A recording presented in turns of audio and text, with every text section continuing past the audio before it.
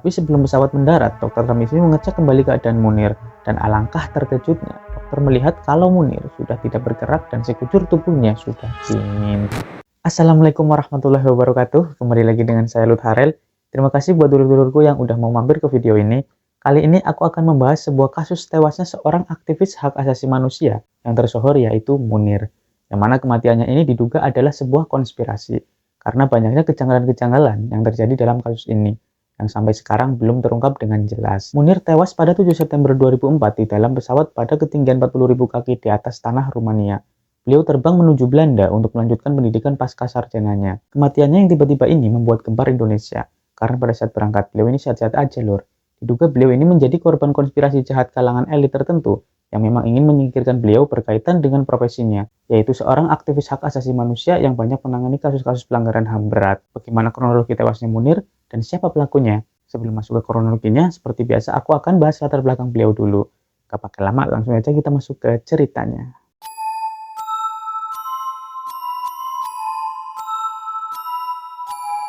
Munir Said Tholib lahir di Batu Malang, Jawa Timur pada 6 Desember 1965. Beliau adalah anak ke-6 dari 7 bersaudara, pasangan Said Tholib dan Jamilah Umar Tholib. Ia memiliki garis keturunan Arab Hadromi dan Jawa. Pada masa kecil beliau tergolong anak yang nakal lur. Tapi ya kenakalannya wajar selayaknya anak-anak biasa aja sih.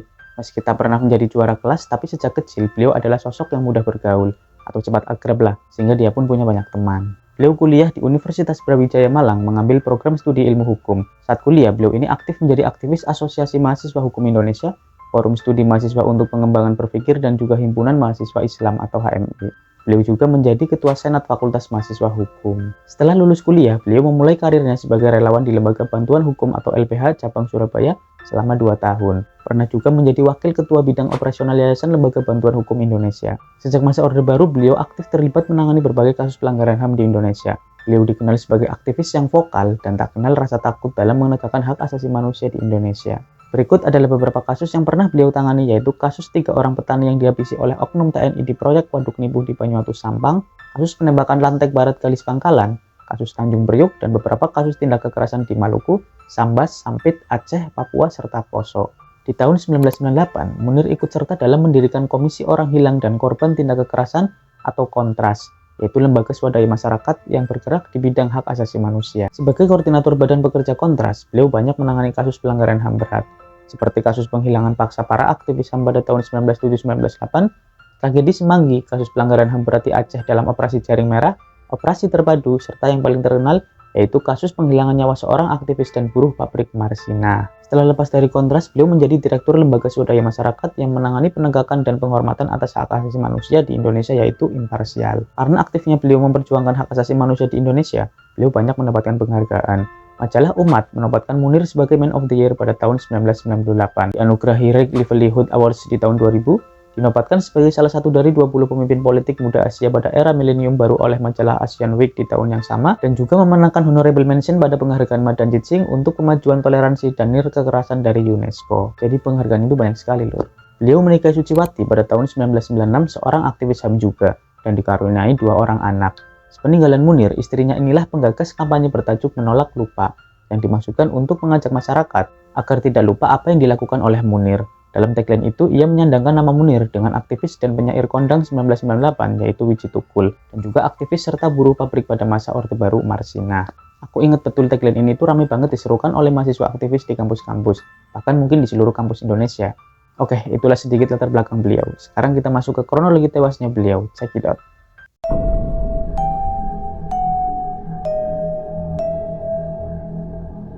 Di tanggal 2 September 2004, handphone Munir berdering. Tapi saat itu, karena beliau lagi keluar rumah dan handphonenya tidak dibawa, maka Suciwati istrinya lah yang mengangkat panggilan tersebut. Setelah diangkat, panggilan itu ternyata dari seorang pria bernama Polikarpus. Dia mengaku sebagai temannya Munir. Polikarpus ini tiba-tiba menanyakan jadwal keberangkatan Munir ke Belanda. Suciwati pun menjawab kalau suaminya yaitu Munir berangkat nanti di tanggal 6 September 2004. Jadi memang Munir itu berniat untuk terbang ke Amsterdam, Belanda lur, untuk menyelesaikan tesis pasca sarjananya di Universitas Utrecht. Saat itu beliau memang sedang membuat tesis tentang penghilangan paksa orang serta peran politik militer di Indonesia. Cuman di sini Bu Suciwati itu merasa ada yang aneh. Dia pun bilang, "Emang kenapa ya Pak?" Polikarpus pun menjawab, "Enggak, maksud saya nanti barangkali bisa bareng saya, soalnya kebetulan saya juga punya agenda ke Belanda." Dan tak lama mereka pun mengakhiri percakapan singkat itu. Setelah Munir sudah di rumah, Suciwati pun memberitahukan kalau tadi ada yang telepon namanya Polikarpus. Suciwati pun menanyakan siapa sebenarnya Polikarpus ini. Munir pun menjawab, oh dia itu pilot senior maskapai Garuda Indonesia. Aku juga baru kenal di bulan Januari 2004 lalu. Dia memang orangnya agak sedikit aneh, kayak sok kenal sok deket gitu. Aku juga sebenarnya sedikit menjauhinya sih. Singkat cerita, jadwal terbang Munir ke Belanda pun tiba, yaitu tanggal 6 September 2004. Jadwal penerbangannya ini dijadwalkan akan transit dulu di Singapura. Jadi dari Jakarta ke Singapura, terus lanjut dari Singapura ke Belanda. Dah tuh sekitar pukul 21.55 waktu Indonesia Barat, pesawat Garuda Indonesia dengan nomor penerbangan GA974 yang ditumpangi Munir lepas landas dari Jakarta menuju Singapura. Dan ternyata memang benar di dalam pesawat itu ada juga Polikarpus, orang yang sempat berbincang via telepon dengan istri Munir yang aku ceritain di awal tadi. Dia berencana ke Belanda juga karena ada agenda acara di sana. Polikarpus yang saat itu duduk di kelas bisnis tahu kalau Munir itu duduk di kelas ekonomi. Akhirnya dia pun meminta tolong kepada kru pesawat untuk memindahkan tempat duduk Munir di kelas bisnis bersama dengannya. Munir pun saat itu ya mau aja kan, secara fasilitas di kelas bisnis kan beda ya lur, lebih lengkap dan lebih nyaman pastinya kan. Nah di situ dia pun duduk berdekatan dengan Polikarpus. Karena beliau belum makan malam, maka beliau pun sempat pesan bakmi daging dan juga jus jeruk. Dan dimakanlah makanan tersebut. Tak lama pesawat pun mendarat di Changi Airport Singapura pada pukul 00.40 waktu setempat. Sambil menunggu jadwal keberangkatan ke Belanda, Munir dan Polikarpus bersantai sambil ngobrol-ngobrol dulu di salah satu coffee bean. Nah, tapi ada seseorang lagi yang nantinya menjadi saksi yang berada di coffee bean itu tapi beda meja. Orang ini adalah Raymond Latui Hamalo, atau biasa dipanggil Ongen. Dia adalah seorang musisi dan salah satu penumpang pesawat yang sama dengan yang dinaiki oleh Munir dan Polikarpus. Mereka berdua pun memesan minuman saat itu. Minuman yang mereka pesan adalah hot coklat dan Polikarpus lah yang menraktir. Mereka berdua pun asik mengobrol sampai tak terasa Munir pun menghabiskan minuman hot coklatnya. Mereka pun masih lanjut ngobrol-ngobrol sampai pukul 01.50 dan jadwal penerbangan ke Belanda pun tiba. Mereka segera bersiap-siap di ruangan tunggu untuk masuk ke pesawat. Tapi di sini ada yang aneh lur. Polikarpus ini tiba-tiba memutuskan untuk tidak naik pesawat bareng Munir ke Belanda. Ia malah memilih untuk terbang kembali menuju Jakarta. Ini kan aneh ya, di awal bilangnya ada agenda ke Belanda, tapi tiba-tiba memutuskan untuk kembali ke Jakarta.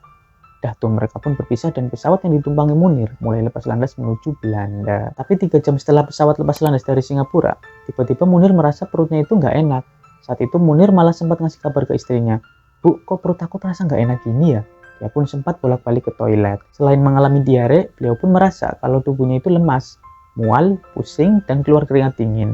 Dia pun mendadak terlihat pucat seperti orang yang sedang sakit. Melihat kondisi Munir yang seperti itu, kru pesawat berinisiatif meminta bantuan kepada salah satu penumpang kelas bisnis yang kebetulan adalah seorang dokter yang bernama Tarmisi Hakim. Dokter pun mengecek kondisi Munir dari berbagai indikasi dan awalnya dokter mendiagnosa kalau Munir menderita muntaber dan diberilah obat sakit perut oleh dokter Tarmisi dan beberapa obat tambahan untuk meringankan gejala yang lain. Saat itu sakit yang dirasakan Munir mulai mereda dan beliau pun bisa istirahat.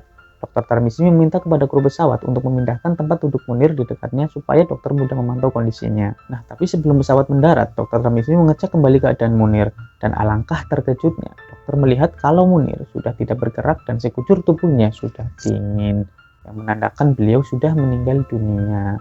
Dokter mengonfirmasi beliau meninggal sekitar pukul 8.10 di ketinggian 40.000 kaki di atas tanah Rumania. Pesawat pun mendarat di Bandara Schiphol Amsterdam, Belanda pada pukul 10 waktu setempat pada 7 September 2004. Sesuai prosedur, jika ada penumpang yang meninggal di dalam penerbangan, seluruh penumpang dilarang turun selama 20 menit. Polisi militer Belanda pun segera masuk untuk memeriksa TKP. Pada saat itu, jenazah Munir sempat dibawa untuk diotopsi oleh pemerintah Belanda guna penyelidikan penyebab kematiannya.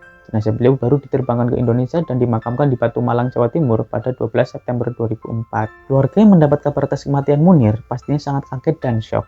Karena saat berangkat, beliau terlihat sehat-sehat saja. Kok tahu-tahu dikabarkan meninggal? Pada 4 November 2004, hasil otopsi dari tim forensik Belanda NFI pun keluar. Istri beliau Suciwati langsung mendatangi Mabes Polri untuk meminta hasil otopsi suaminya. Tapi sayangnya, dia tidak mendapatkan hasil alias nihil. Dan didesaklah pemerintah oleh LSM dan para aktivis. Mereka menanyakan hasil otopsi Munir. Hingga akhirnya pada 6 Desember 2004, pihak keluarga berhasil mendapatkan salinan hasil otopsi Munir. Di mana di dalam salinan tersebut menyebutkan kalau di dalam tubuh Munir saat itu terdapat zat yang sangat berbahaya yaitu arsenik. Nah, bagi kalian yang belum tahu arsenik itu apa, arsenik adalah zat yang sangat berbahaya dan sangat sulit dideteksi karena tidak berbau, tidak berwarna, dan tidak berasa. Dalam salinan itu menyebutkan kalau kandungan arsenik di dalam tubuh Munir dalam dosis yang mematikan, di mana terdapat 3,1 mg per liter di dalam darahnya, 4,8 mg per liter di dalam urinnya, dan 460 mg per liter di dalam lambungnya. Dari hasil itu, ahli forensik menyimpulkan kalau Munir tewas akibat keracunan arsenik akut. Tapi tidak dapat ditentukan kapan arsenik ini masuk ke tubuh Munir. Yang jelas tidak mungkin ada seorang yang di dalam tubuhnya terkandung arsenik dengan dosis mematikan selain untuk bunuh diri, atau karena ada orang yang sengaja memasukkan arsenik itu secara sengaja atau dengan niat meracuni. Dan kalau memang Munir diracun, kapan seseorang memasukkan racun arsenik itu? Saat makan bakmi daging dan jus jeruk? Atau saat minum hot chocolate di Coffee Bean? Hal inilah yang masih menjadi abu-abu sampai sekarang. Dengan temuan itu, pada 24 November 2004, akhirnya polisi melakukan penyelidikan kasus kematian Munir guna mengungkap siapa pelakunya. 8 kru pesawat Garuda saat penerbangan itu pun diperiksa bersama saksi-saksi lainnya. Totalnya ada 21 orang saksi yang diperiksa. Namun sayangnya, belum ada titik terang yang dapat membantu mengungkap kasus ini. Indonesia pun dibuat gempar dengan banyaknya demonstrasi yang menuntut pemerintah supaya segera mengambil sikap serius untuk mengungkap kasus Munir ini. Hingga akhirnya Presiden saat itu, yaitu Pak SBY, membentuk secara khusus tim pencari fakta, TPF, yang dipimpin oleh Brigadir Jenderal Purnawirawan Marsudi Hanafi, serta beranggotakan para aktivis untuk menyelidiki kasus Munir. Pada tahun 2005, TPF mendesak Polri untuk segera menetapkan tersangka dalam kasus Munir karena menganggap Polri terlalu lamban dalam menangani kasus Munir ini. Pada 28 Februari 2005, TPF menyebut kalau ada keterlibatan dari pihak Garuda Indonesia. Hal ini dibuktikan dengan adanya surat tugas palsu yang dikeluarkan pihak Garuda kepada salah satu pilot senior, yaitu Polikarpus. TPF juga menduga Munir menjadi target operasi intelijen karena pelakunya mempunyai akses serta jaringan yang luas, atau lebih tepatnya dia menjadi korban sebuah konspirasi kejahatan. Penyidik pun akhirnya sudah mengantongi nama-nama calon tersangka dalam kasus ini. Mereka pun sudah diperiksa secara intensif. Dari hasil pemeriksaan, keluarlah satu nama yang dijadikan tersangka. Dan mungkin kita semua sudah menduga siapa orang ini, Lur. Dia adalah pilot senior Garuda Indonesia, Polikarpus Budihari Prianto.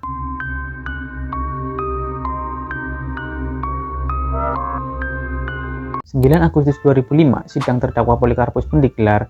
Dalam sidang ini, jaksa menyebutkan racun arsenik dimasukkan di jus jeruk dan bakmi daging saat di penerbangan. Tapi menurut analisa ahli toksikologi forensik, racun arsenik dimasukkan pada hot chocolate saat di Coffee Bean. Karena berdasarkan sifatnya, racun arsenik ini akan bereaksi setelah 30 menit sampai beberapa jam setelah racun masuk ke dalam tubuh. Jadi kalau memang racun diberikan di bakmi daging dan jus jeruk, kemungkinan Munir sudah merasakan gejalanya saat transit di Singapura.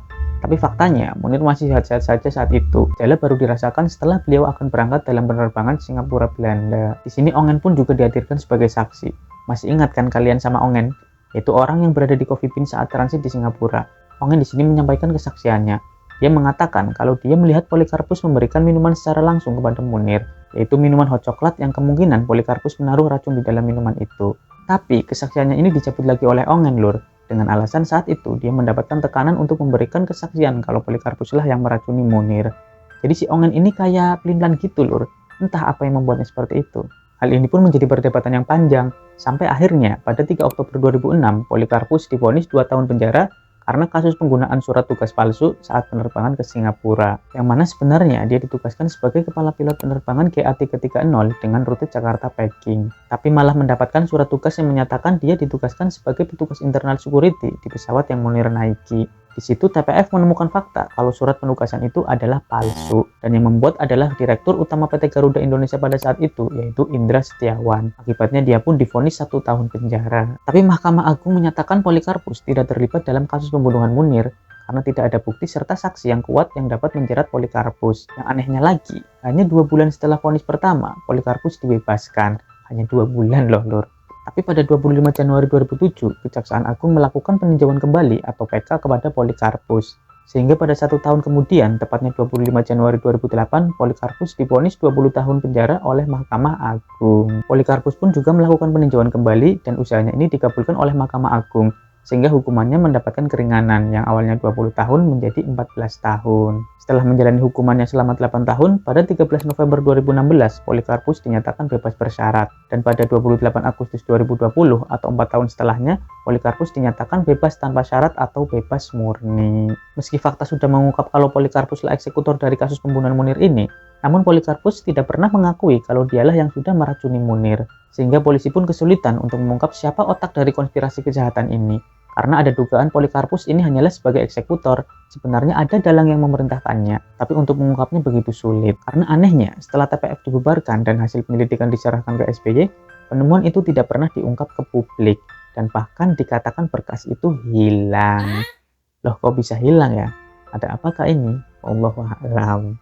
Namun pada 11 September 2022, kasus ini kembali menjadi sorotan publik setelah hacker Bjorka membongkar identitas otak pembunuhan aktivitas HAM Munir. Setelah sebelumnya dia ditantang oleh netizen untuk mengungkap kematian Munir atau Super Semar. Dia menulis dalam cuitannya kalau otak dalam kasus pembunuhan Munir adalah Muhdi Purwo Pranjono. Dia juga mengunggah data pribadi Muhdi Purwo Pranjono mulai dari nomor telepon, NIK, email, KK, hingga alamat. Tapi tak sedikit juga netizen yang meragukan aksi Bjorka ini. Emang nama Muhdi Purwo Pranjono muncul di kasus Munir karena dia juga diduga sebagai dalang kasus itu. Karena saat itu dia menjabat sebagai Deputi Kepala Badan Intelijen Negara atau BIN. Dia juga sempat dijadikan tersangka, namun Pengadilan Negeri Jakarta Selatan membebaskannya pada 31 Desember 2008 karena menyatakan dia tidak terlibat dalam kasus ini. Jadi sampai sekarang otak dari pembunuhan Munir belum dapat diungkap dan diadili karena tidak ada bukti yang kuat untuk menjeratnya. Apalagi saksi kunci yaitu Polikarpus dan Ongen sudah meninggal dunia, di mana Ongen wafat pada 3 Mei 2012 akibat serangan jantung saat mengendarai mobil bersama keluarganya, sedangkan Polikarpus meninggal pada 17 Oktober 2020 di Rumah Sakit Pertamina karena terpapar COVID-19. Oke, jadi seperti itulah pembahasan dari kasus tewasnya aktivis HAM Munir. Mudah-mudahan almarhum Munir ditempatkan di tempat yang terbaik, dan mudah-mudahan tetap ada orang yang melanjutkan perjuangan Munir dalam membela hak asasi manusia. Ada artikel yang mengungkapkan kalau Munir dihabisi karena terlalu banyak tahu. Dia harus disingkirkan karena dapat membahayakan kestabilan negara. Tapi bukankah kebenaran harus diungkapkan meskipun itu pahit? Bagaimana menurut kalian, Lur? Komen di bawah ya. Aku pengen tahu pendapat dari kalian. Sampai ketemu lagi di video selanjutnya. Wassalamualaikum warahmatullahi wabarakatuh.